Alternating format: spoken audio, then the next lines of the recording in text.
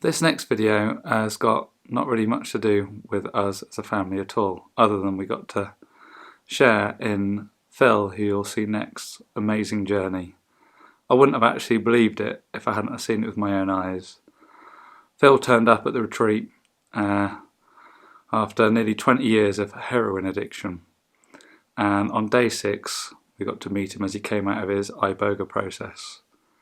This interview was taken at 12 days, and I've spoken to him right up until now. We're going to have monthly updates from Phil, but he's had no withdrawals. I mean, to be honest with you, I'm just going to let Phil do all the talking from now, but you wouldn't have believed how he looked when he turned up, and how he looks now, and how he feels about his future.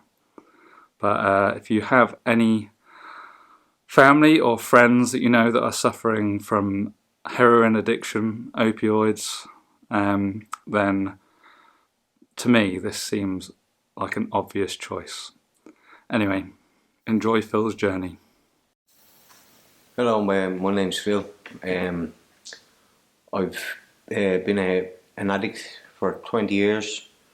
I got introduced to heroin about 17 years ago. As a last resort, I came to a retreat in Waterford, knew nothing about it.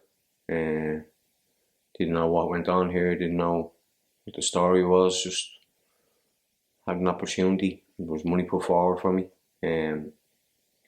So I couldn't get into any other treatment centre at the moment. So I ended up here. I took part in a treatment called Iboga. It's after totally changing my whole perspective on drugs. I suppose my rock bottom would have been sharing in a bloody drug den with drug addicts, and having you lose all self-esteem, you lose all morals. You know, I was a needle addict, so using myself as a pincushion 24 hours a day will bring any person on to a low. My opioid receptors are clean. I've in the past treatment centres, took me 3 months to feel like this now. I'm only 12 days over it. I feel that people in my situation, I came from a house full of addicts, sleeping on a sofa, lost my wife, lost my kids, lost my house, lost my job. It's in the pits of it, really. Just existing. But I think that if I can make this video and reach out to other people that can relate to where I came from and what I came from, can be a big help, yeah.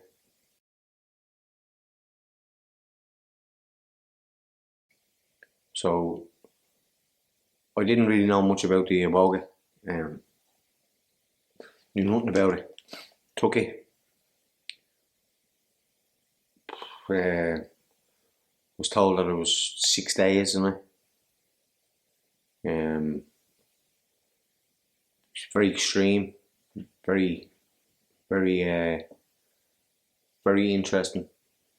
I wouldn't say psychedelic, I would say inside myself. You know, I'd definitely put it down to being open for it, being open for the change, wanting to change, not wanting to go back to where I came from. It's a big part of any treatment process, I believe. You know, it's dependent on whether you really want it or not. I was left in a situation where I had no choice. I'd lost everything, so I had nothing to lose. I'm coming here, even if I'm not understanding what I'm taking. So anyway, I took the Iboga, and it was 6 days on it. 2 treatments. It's the root of a bush from Africa. Had quite an experience. It showed me all different parts of my life where I fucked up, where I done things wrong and had to make things right. Different feelings, different emotions. I'm only starting to process this stuff now. 12 days over it.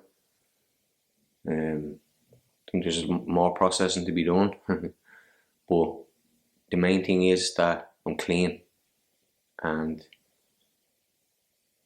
my brain has never experienced anything like this before. It's totally clean of opioid craving, withdrawals. I had no withdrawals.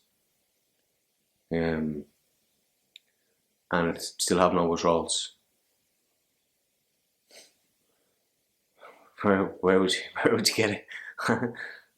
Yeah.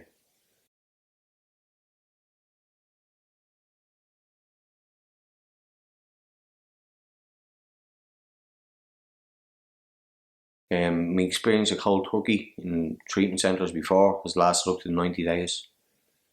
It's 3 months, nearly 4 months. This treatment process, I came out with within 6 days and was brand new. It's amazing. I'm still sort of struck by it, and I had to do some. As I said, I didn't know anything about the Iboga until I actually came out of the process and looked into it myself. But I've really never experienced anything like it in all my years of addiction, and you know, feeling the way I feel now, my appetite back, no withdrawals,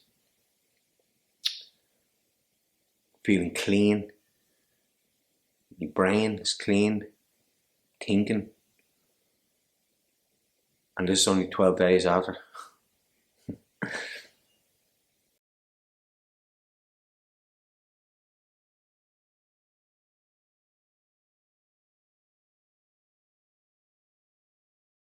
Day 12 cold turkey would be pulling your hair out, hallucinations, vomiting, diarrhea, basically falling to pieces, emotions, you know. I've experienced none of that. And what's day 12 been like for you today? Day 12, starving. Even out doing a bit of work, you know, which is unheard of, you know. I'm still I'm starstruck by Iboga.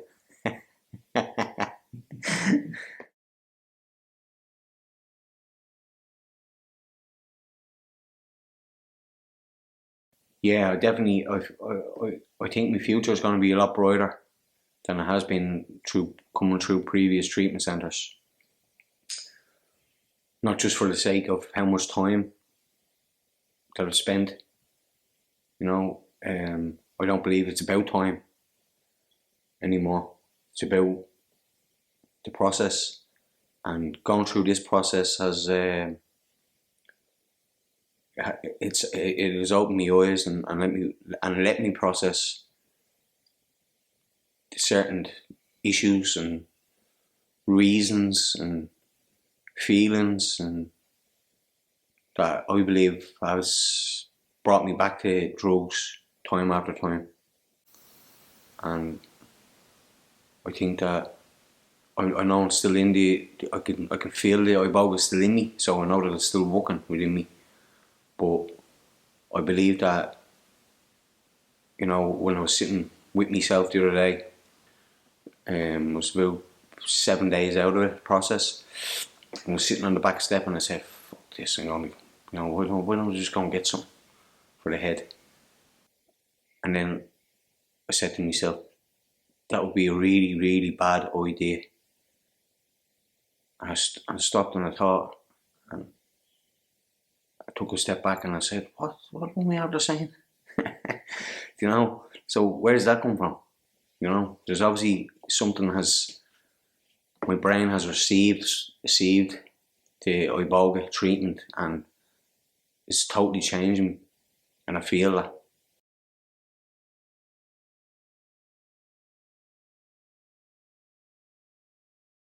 Yeah, I'd say to people that are looking to give up opioids and heroin addiction, that this is the way forward. Definitely, as I said, it's not a quick fix, but it's an answer. There's still work that has to be done, but towards taking this Iboga and not feeling the extremes of the addiction is the way to go. I hope you've enjoyed that as much as I have watching Phil on his journey. He still blows me away every time I speak to him on the phone as he's moving from strength to strength. And like I say, I'm going to be checking in with him every month just to see where he's at. But it's definitely helped squash a lot of prejudgments I had about people addicted to heroin and similar substances. If you want, you can like and subscribe to our channel. Obviously, normally it's a travel vlog, but this travel has taken us to some pretty interesting places, this being one of them. I'll see you on the next video.